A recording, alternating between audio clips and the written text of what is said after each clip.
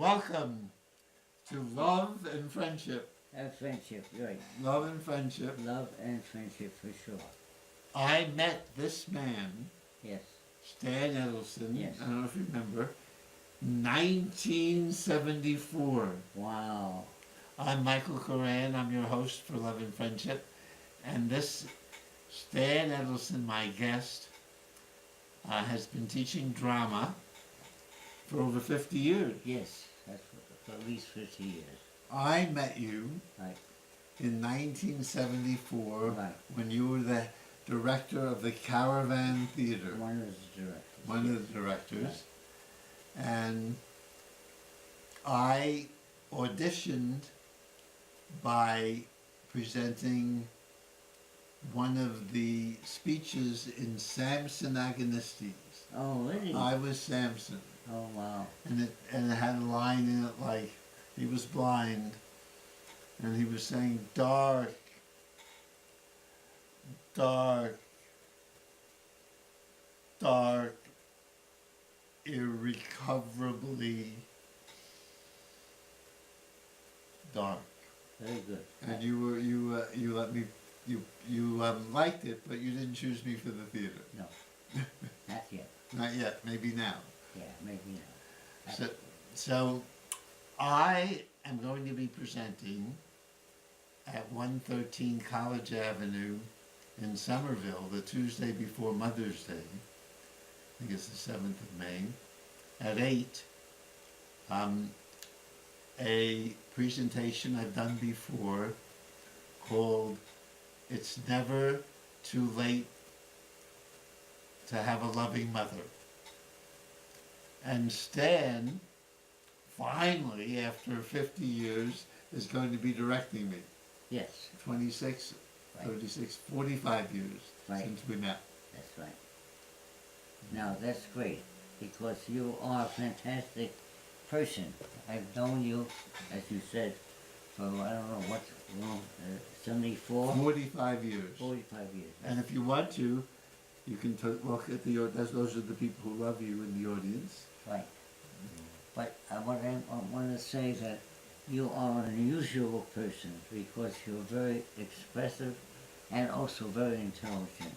You're both ways, and you go both into feelings very fully, and you also understand a lot about what you're doing and what other people are doing. And that is so important for theater. Oh my. Tell us why is that important for theater? Well, because if you can't be thoughtful and you can't understand what you're doing actually on stage, then you can't actually portray any other characters very well. You have to understand yourself, and you have to understand the characters you're going to play. So you don't actually become the characters, but you play the characters. However, in this piece that you did and that I saw about having to have a loving mother, is you. You're playing yourself. However, I thought when you played yourself, you did a very good job of that. You made it. I've had a lot of practice, but... Yeah. You convinced us who you were and how you were feeling. Yeah. And that's so important. But by doing that, you allowed us to be there with you. Wow. As audience. And that's the most important part for us. To allow the audience to be present. To be present with us. Yes. And how does a performer do that? Right. Well, a performer does it by being very real, by being very authentic, not putting on airs or something that they're not. Yes, Stan helps me. He asks me to repeat myself. Sometimes he says, say it even quietly with all of the feelings that you have. That's right. And it helps me get along with other people. Yes, it's so important that you say it with the feelings that you want to have there, not just what comes naturally. Naturally is good, but then you have to shape it. You have to make sure it's the right feeling for that particular part in the script of the play. Well, Stan's gonna reveal all he's learned and what he's taught in this next 55 minutes of the show Love and Friendship. Yes, what I was thinking of doing and what Michael agreed to is to do the first scene of the play that he wrote about himself and his mother. And that will be a very revealing scene. I know it was because I've seen it and seen him do it. And I may correct him or may suggest to make it Yes. in the doing of the scene. However, we'll see what happens. So I suggest that we begin just right there. Okay, we have two scenes at the beginning and two Yes. scenes at the end. That's right. So the first memory Yes, I have of my beloved mother, right. I'm 3 years old. I hear when I'm sleeping, bang, bang, bang. And I get up and I walk into the kitchen and I see my mother with a broom. I see my mother with a broom Right. hitting the ceiling. Bang! Bang! Bang! And I say, Ma, what are you doing? And she says, the people upstairs made a lot of noise having a party last night and they kept me up. So I'm getting them up in the morning. Bang! Bang! Bang! Now, I want to say something about that scene. You do it very well. It's very strong. It's very dramatic. And it's a wonderful entrance to the play. But I'm going to ask you to try something. I'm going to ask you to do it much softer. And just see what comes out. And that doesn't mean you're necessarily going to end up with that. You may end up with the bang, bang, bang. Or you may end up with a bang, bang.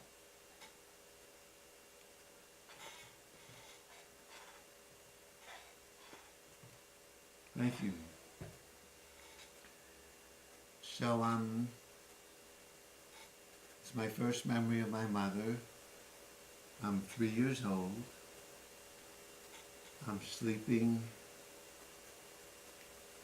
in my bedroom. My little brother is one, and I hear bang, boom, bang.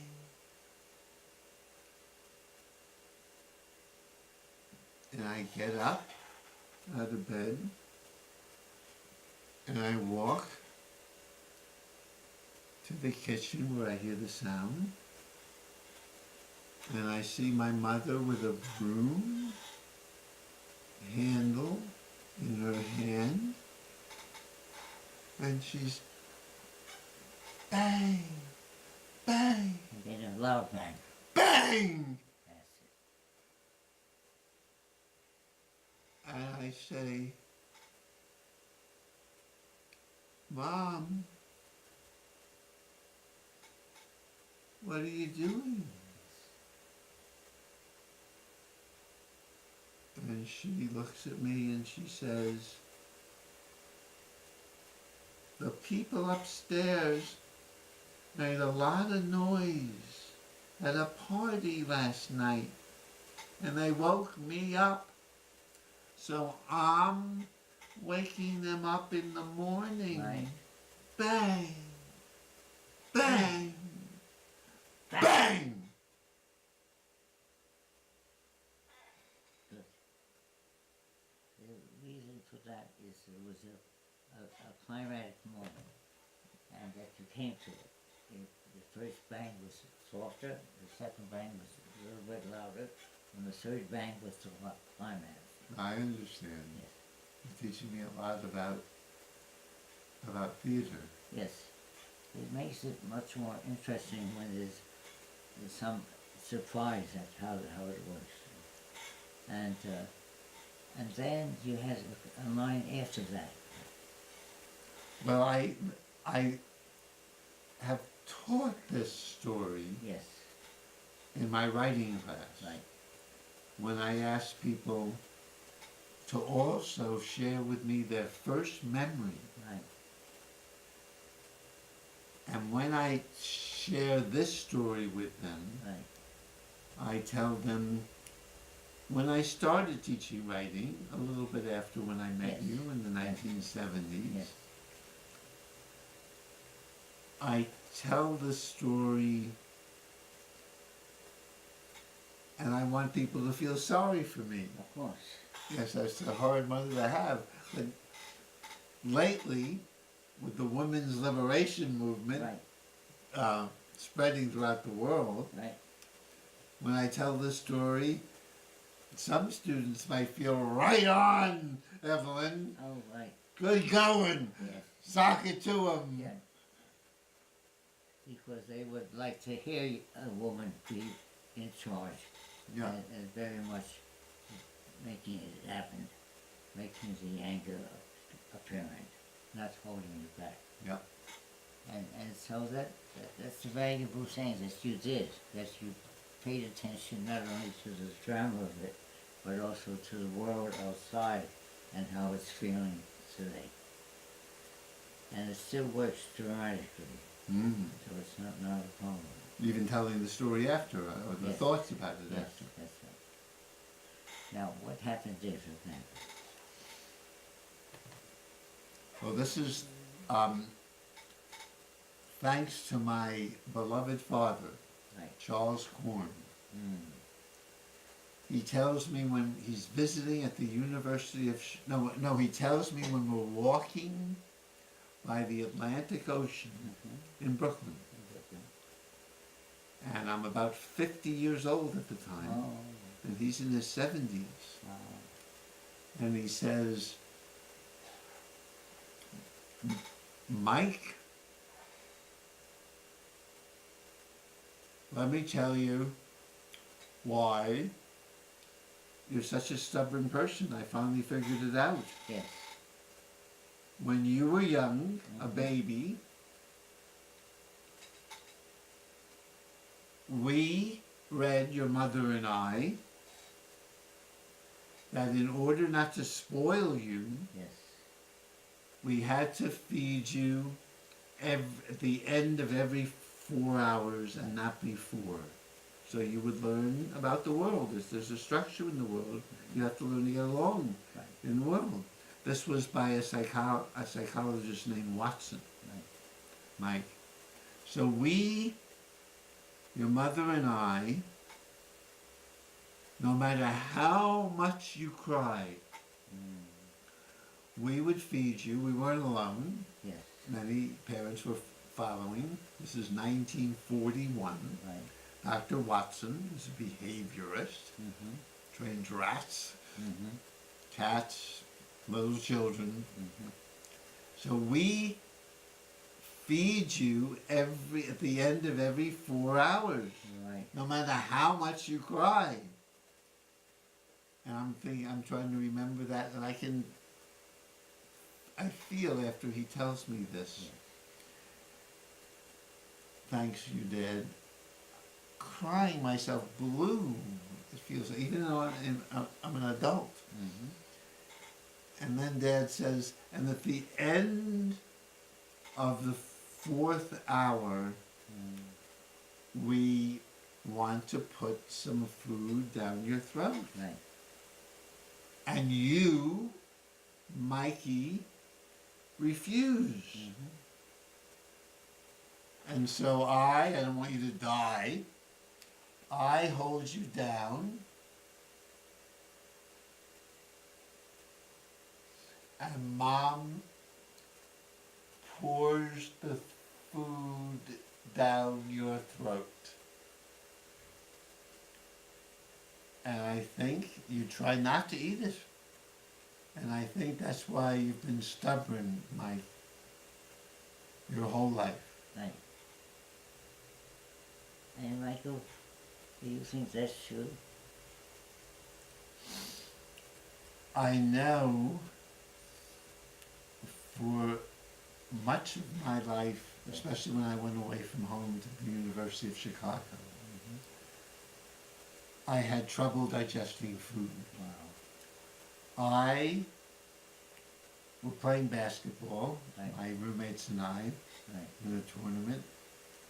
And during halftime, I take just one section of an orange. So I need some energy, Right. the tiniest of sections. Right. And I don't digest it. Takes about 2 days to digest. Wow. And all my energy's going to try to digest that. Yes. Yes. It took me until I went to Israel. I learned what to do when that happened. Drinking Pepsi, Yeah. smoking a cigarette, Right. using an antacid like Alka-Seltzer, Right. and then it would digest. It took me a while. So that, So that's just proof that it really affected you forever. or at least until I learned that about eating, certainly. Right. It was also a gift. In what way? Well, it was a religious, spiritual gift. Yes, when I'm held down like this and in pain, Yes. and there's nothing I can do, they're too big for me. Mm-hmm. Guess what religious figure Oh yes. I'm attracted to. Of course. And there's hope, because the story is, the belief is, Right. maybe the truth is, he gets off the cross Right. and lives happily ever after. Uh-huh. And so, thank you, Mother and Father, for bringing me into the truth that in spring, whatever death we're suffering, Right. we can and will be reborn. Very good. That's a good interpretation of that, and it's a good interpretation of how you had to behave. A lot of your behavior. And was this part of the way you felt about your mother later? In other words, she forced food down your throat, and that caused you a lot of difficulty Yes. and pain, and thus you felt that throughout your existence, almost through your life, and thus you wanted to get back at her. Yes. Not, but I didn't know that. Yeah. I wanted to be a good boy. Well, I didn't know how hateful and yes. murderous I felt. Right. But the point was that it started off with your mother not giving you a healthy attitude towards her and towards women, because it was so seemingly brutal to you, even though you might not have understood it at first. But later on you began to understand that the message that was used was very hurtful to you. Yes, more than I, and thanks to my father, I finally had a beginning understanding Right. of what happened. Right. And my beloved first wife, Yes. Rabbi Foifer Khan, who written a wonderful book on childbirth, Right. the language of birth, it's called. Right. She knew more than I that this story my father shares with me is really a gift and helps explain much in my life. That's right. It causes you a lot of understanding besides pain. Yes, Yes. and brings me to knowing that we can be reborn Right. Reborn. through all pain and suffering, Yes. and bringing me to the great truth of Christianity. Absolutely. And in a sense, It was similar to the Jewish story of Abraham and Isaac. Isaac. Yes. Yes. Yes, I've been writing a book about Abraham for over 40 years. Right. A little bit after I met you, I started. Well, that's part of you, who you are, that you're very able to synthesize, be consistently understanding about the way you were treated and how you had to react. Now, what happened? Many incidents happened after that between you and your mother. Yes. And just name one of them and tell us about it. Oh, not the ending, but in the middle? Yeah, just in the middle, just to give us some sense of it. Okay. We have a lot of time. Yeah. And these are all gifts, exploring them. Painful gifts. Right. This was one of the hardest, but being able to, with help of people like you, make a scene out of it. Right. It helps me understand. It gives me opportunities. You might explain why. I can get free of these traumas. Right. But by playing them out, you're sharing this with others. So I'm not alone with it. And what's that? I'm not alone with it. And you're not alone with it. And because of that, it helps, to some extent, get you free of it. Because other people are hearing it, understanding it. And loving me maybe for sharing it with them if I do it, Yes, if they're a good audience.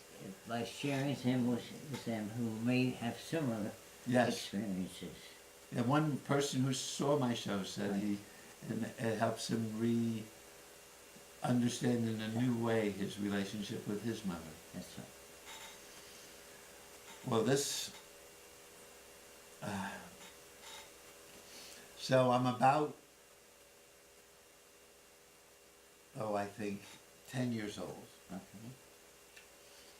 And I have an 8-year-old brother Right. named Len, and I tell him, this is the way I wanted to encourage you to be a psychiatrist. All right. I would sit on his arms, because I'm bigger, Right. and spit in his face. Right.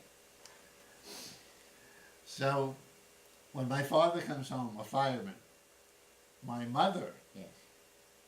my beloved mother, says, Charlie, Mikey's been beating up Lenny again. Mm-hmm. And my father, I guess, to show me it's wrong to pick on people smaller than you, Right. comes into the bedroom and wants to whip me. Right. And we seem to have a unstated ritual, Right. because wants to be a good father. Right. To only hit me on my backside. Right.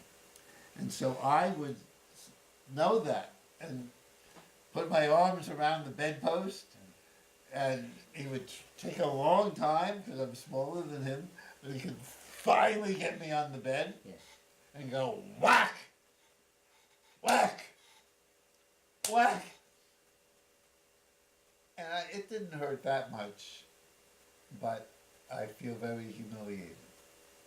Mm-hmm. And maybe with the confidence of the personality of my mother, who was a fighter, I say to my dad as he's leaving, "You bastard!" And to show me I need to respect my father, Right. we go through the same dance again. Right. Me and my, and he hits me a little bit less hard. But still, it hurts a lot. It's shameful. Yes, and I have the courage, good for me, to say, as he's leaving, a little bit more quietly this time, Yes. "You bastard." Right. And we do it again. Right. And as he's leaving again, I still have the courage And I say to him, much more quietly, "You bastard." And I think we both know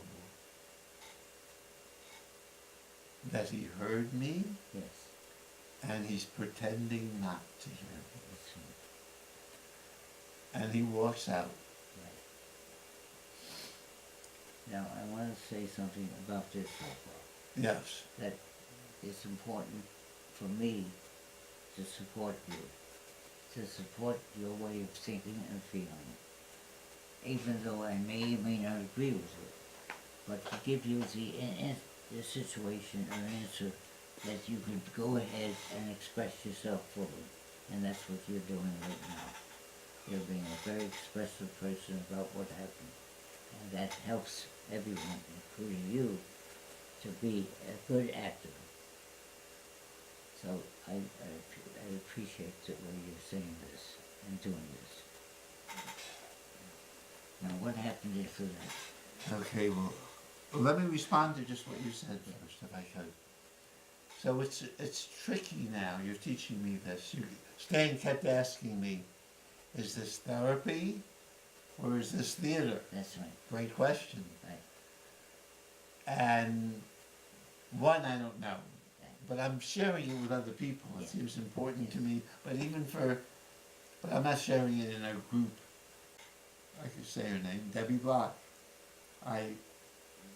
Now I'm concerned about you. This is not just therapy. I'm concerned that people will see what a wonderful teacher you are. Well, and it's also that they have to experience partly too. They can't experience fully because they're not you, Yeah. but they have to. You're transferring some of your feelings to them. You're allowing them to come in on your feelings, Yes. to sharing it. And an actor has to learn that. Some actors become very self-indulgent and just make a big display of it. And others, And it's not community, like you said, sometimes it's helpful to talk more quietly, yeah, to have different shaping it. So it's, shaping it. I have a lot to learn with this. Yes, and that you have to try things more than one way. Yes. Oh, wow, that's very important. You have to try things more, which we're doing here Yes. a little bit. Yes. And so what happened after that? Well, that would have been okay. Yeah. Just the father beating his son and the Yes. son. Yes, that worked. That would have been okay, but this was not okay. So then my dear beloved mother comes in Yes. and she says, one of the only times she touches me or hugs me, Oh, yes. when I'm hurt, crying, Right. humiliated, you Yeah. poor boy. Yes. And she starts caressing me. Yes. And she does this maybe the next day too. Yes, the next day too. And she says, because I stopped talking to my father. Right. She says, "You're really hurting your father's feelings, Mikey. Talk to him and tell him you're sorry you're hurting his feelings." And I go up to my father at the dinner table when he's carving the roast beef, and I say, "Dad, I'm sorry I hurt your feelings." Now that's a very tender moment. It's kind of an acceptance that could happen. And even though it's more important that he hurts your feelings, you have to give him some credit as a character. That you are accepting that you are hurting his feelings, and that begins to bother you too. And what really really messed up my life that moment. Yes, it did mess you up in your life. I chose, not consciously, because that was more humiliation, really. Yes, He was the big man He was hitting the me. bad he was a bad one. My mother was rarely, and getting me to humiliate myself even more and Right. not Right. really be in touch, which I was when I said you bastard. Right. And caring for my father then, which I did, Yes, but but there was underneath that there was a hurt. underneath was a decision I didn't consciously make Right.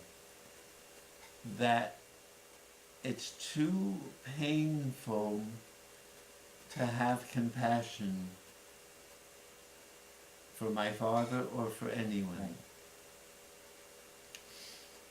And since it's hard to live without Yes. compassion, I created a semblance of compassion. Yeah. I feel for you, but I didn't allow myself till Really. many years later, 60 years later or more, to finally Right. begin to feel what it's like to be someone else, Yes. and my own feelings Right. underneath the rage, and to now be more truly a compassionate, a more compassionate person for sure. That I can, it's safe now to feel some of your pain, Right. or joy for that matter. And I think doing this scene at least helps me see the problem. Right. And know that I don't have to give up my own anger. Yes. I can still say you bastard, at least internally, Right. and be able to feel for other people Right.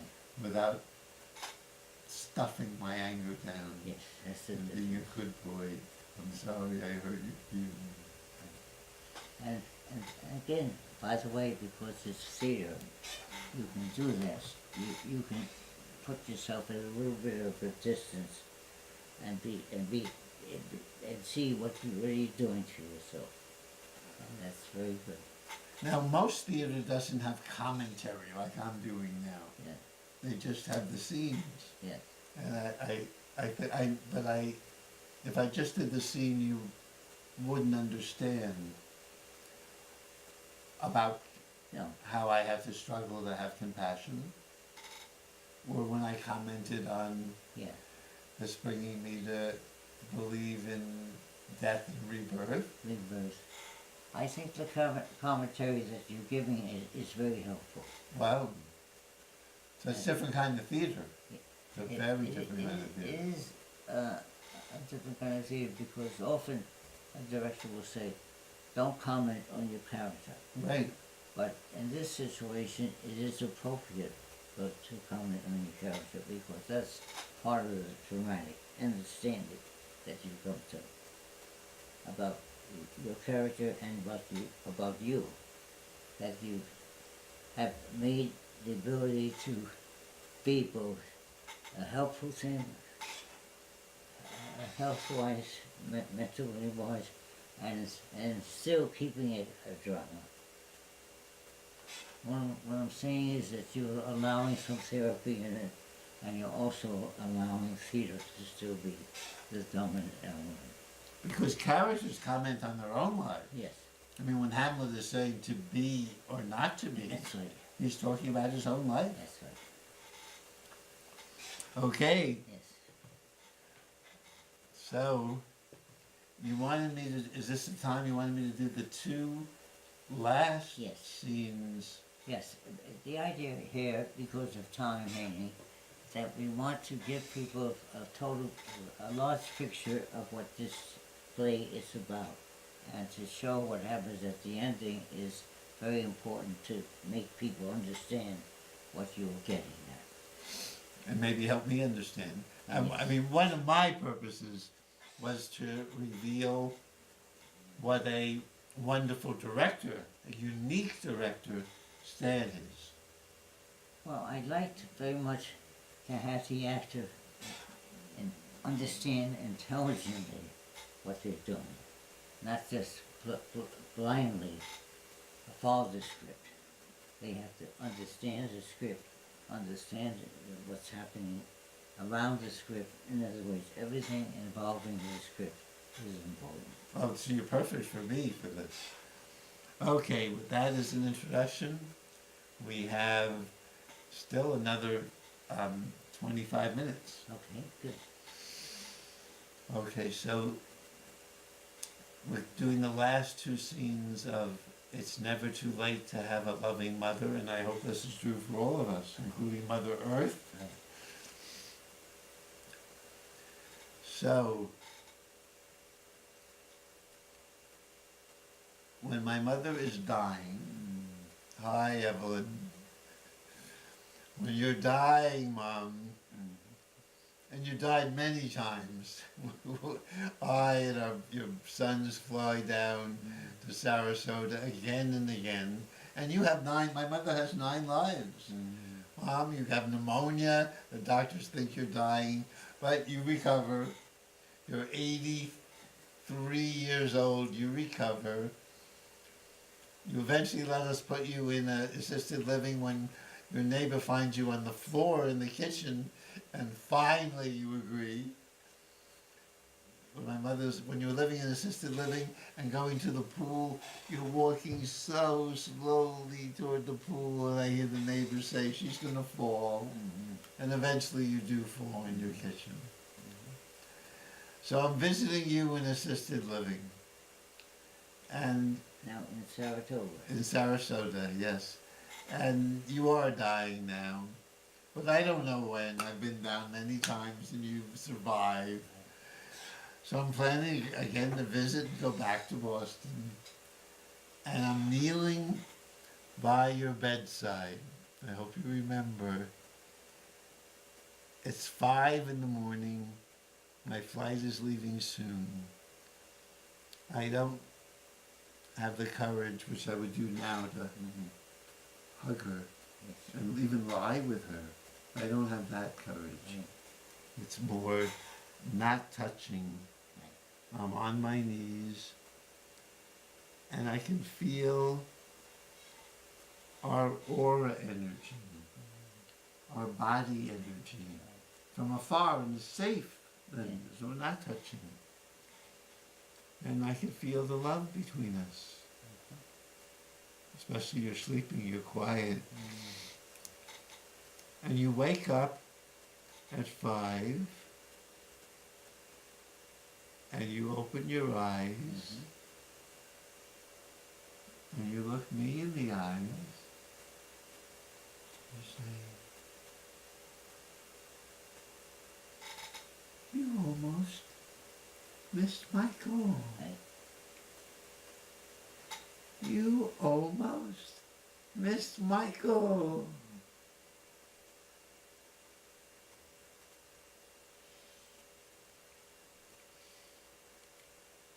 Wow. And I'm touched even now during this. Of course.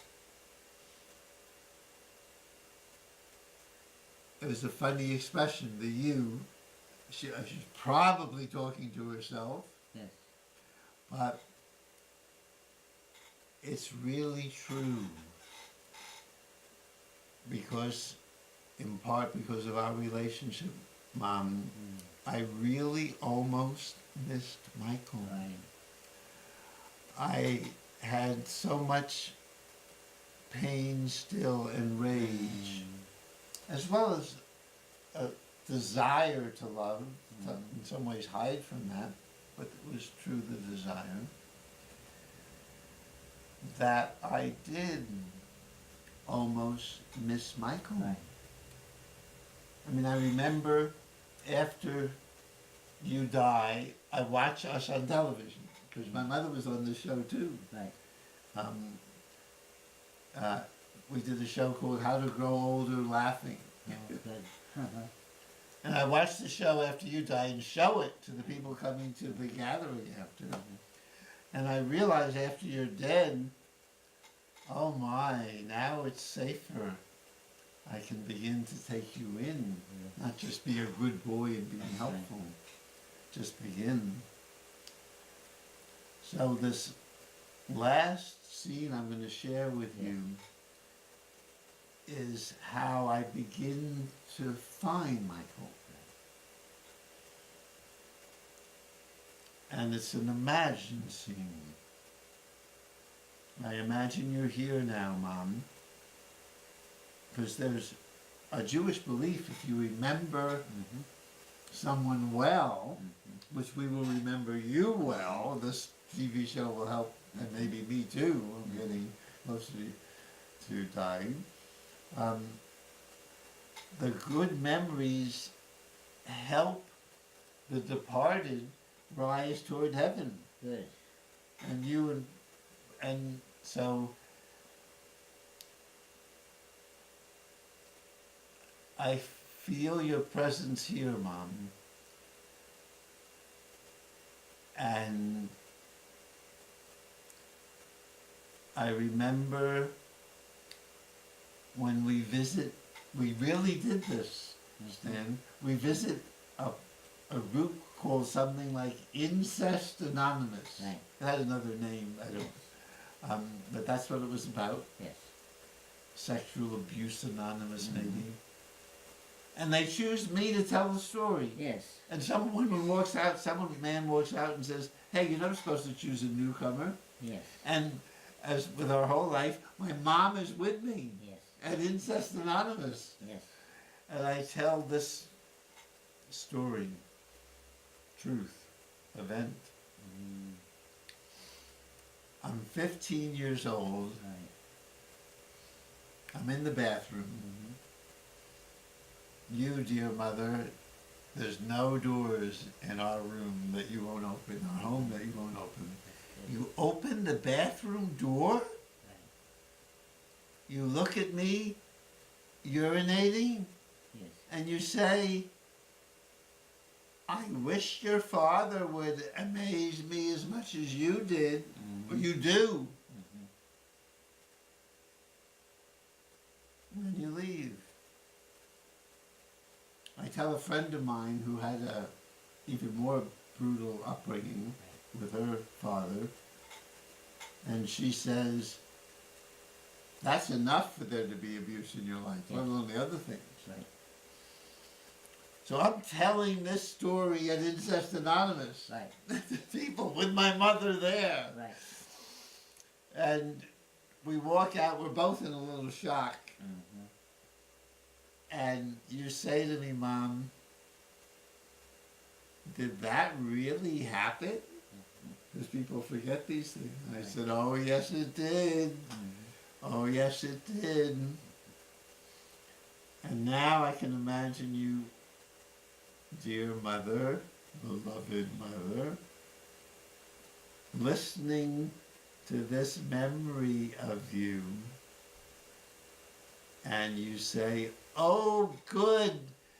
Thank you for sharing, Mikey.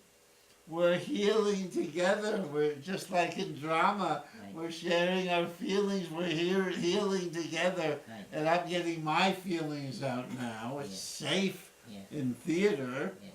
And I want to strangle her for just sheer not being aware of the pain. Not quite.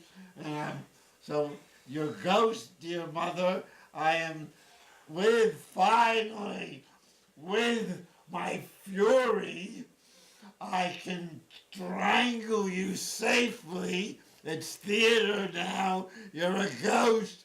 And I can really get the feelings out. And you'll still be chanting, we're healing together. We're healing together. I'm going, ah! Ah! We're healing together. We're healing together. And that's the end, at least until until you tell me That otherwise. is something that you do physically. At the end of the day, you took your arms and put them out there. We're healing together. This is like the boy who is being force fed Right. and then discovers in spring, like one of my heroes, I call him Joshua Jesus because he's a Jewish boy. Right. We can spring through death and be reborn. So, Or death-like, and death-like and experience. it's a good moment to end it. Wow. Well, thank you, Stan. Wasn't quite aware of the connection between the beginning and the end. Yes. Why Stan Edelson is a brilliant director. Well, we still have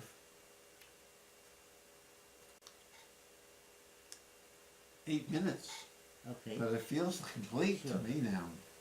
We can talk a lot about how you see yourself at this time in your life with your own situation not so easy.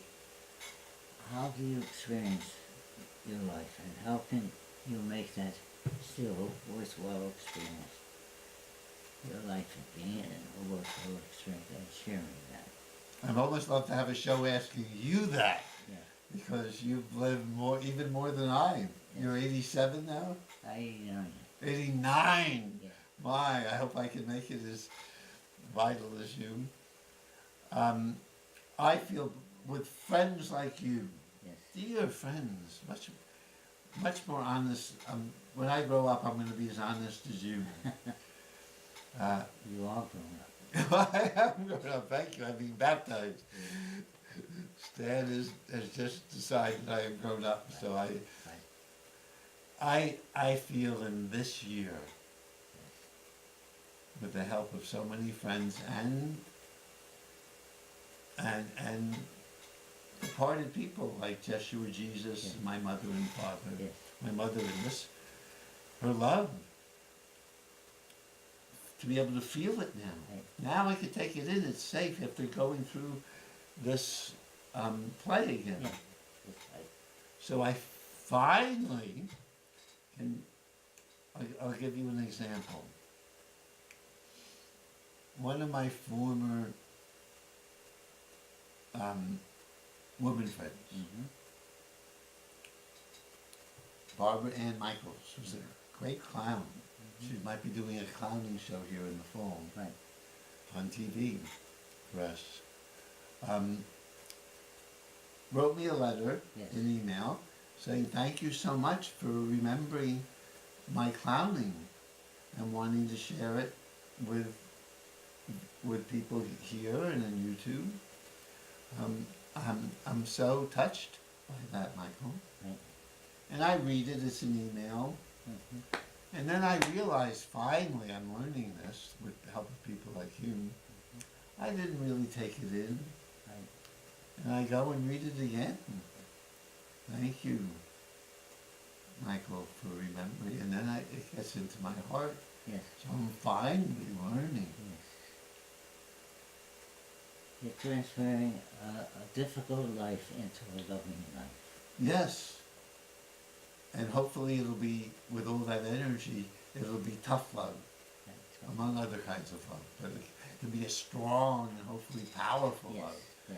Not just a love you, Yeah. And that's a soupy love. A what? That's Not a soupy love, yes. soupy love. Yeah. Yes, not that we have anything against soup. Yeah. Nothing about soup. Yeah. But when you have too much sentiment and you're overflowed with sentiment, Yeah. people don't trust you. Yes, it's challenging now that I'm opening up Right. and feel so much love for That's people right. finally. It's That's like right. new. To express it in a way that it's true. I couldn't tell people, including you. Right. This will be embarrassing. I don't know how to, I'm challenged now. Yeah. So I can't tell you how the words, it's going to sound soupy. Yeah. how wonderful you are. What a great, great teacher you are. Stan would, the classes were just um, 2-hour classes. Right. And he would spend hours, days, weeks helping for free his students put on these great plays, King Lear among others. Right. And you would just give your time for free. Yes. And they would really learn what acting was really about by doing it. Right. So that's Soupy, but who could, maybe leaving out the sentiments, I can just say what you did. Yes. Leave out the sentiment, how wonderful you are. Right. Just present the facts. Well, thank you. Thank you very much. Just present the facts. It is important to help people and to feel good about it, and not just a kind of share for share, but it's almost like I can help this person, and they don't have to help me back. I've done my job by being a person with other people and helping them all.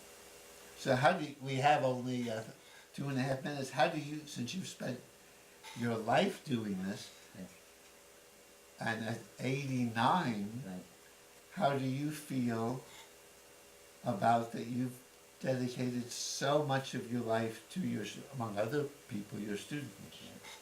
Well, it's been sometimes difficult because sometimes the rewards are not quite what they might be, and so I don't expect the powers to always give you what you should deserve, but you get it from the people that you've worked with and helped, and that's what I appreciate and cherish that.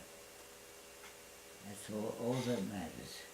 And I love you because I think you're a lovely person who's giving yourself very much to people.